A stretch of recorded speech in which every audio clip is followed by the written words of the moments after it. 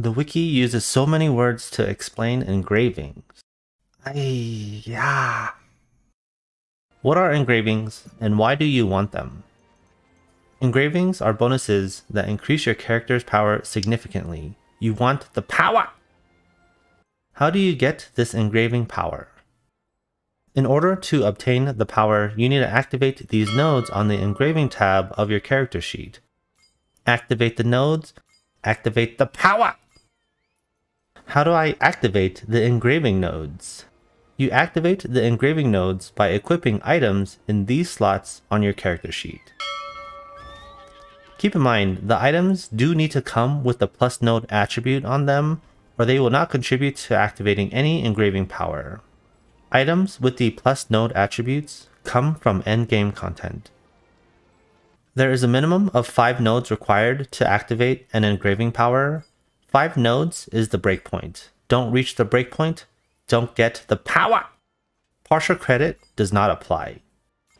These 2 particular slots are different because items aren't used here, but learned engraving recipes instead. These learned recipes live in the engraving library. Where do you learn engraving recipes? You learn engraving recipes the only way anyone learns, by reading them. They look like books. You get these recipe books from quests, islands, endgame content, and other activities. Read 20 recipe books, and it will be added to the engraving library for use in the 2 unique item slots on your character sheet. You can drag this twice for the power! Bonus tip: the stone slot.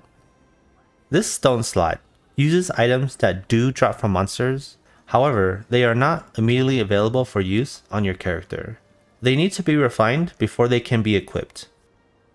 This refining happens at the Ability Stone Cutter vendor. While refining, you spend a little silver to gamble the nodes on the stone. If the roll is successful, it'll count as 1 node towards your engraving power. Generally, you want the high percentages to go towards these blue ones, the low percentages to go to the red one, as that is bad for you. There's a pattern to the percentages and a strategy to this gambling, but that's not for this video. The 5 node breakpoint applies to the negative engraving power as well.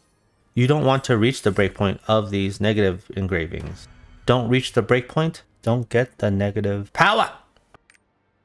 Which engraving power do I choose? You have to look up a guide for that. Different engraving powers are better for different builds that maximize your power! Hey, did you like the video? 'Cause you can like the video, if you know what I mean.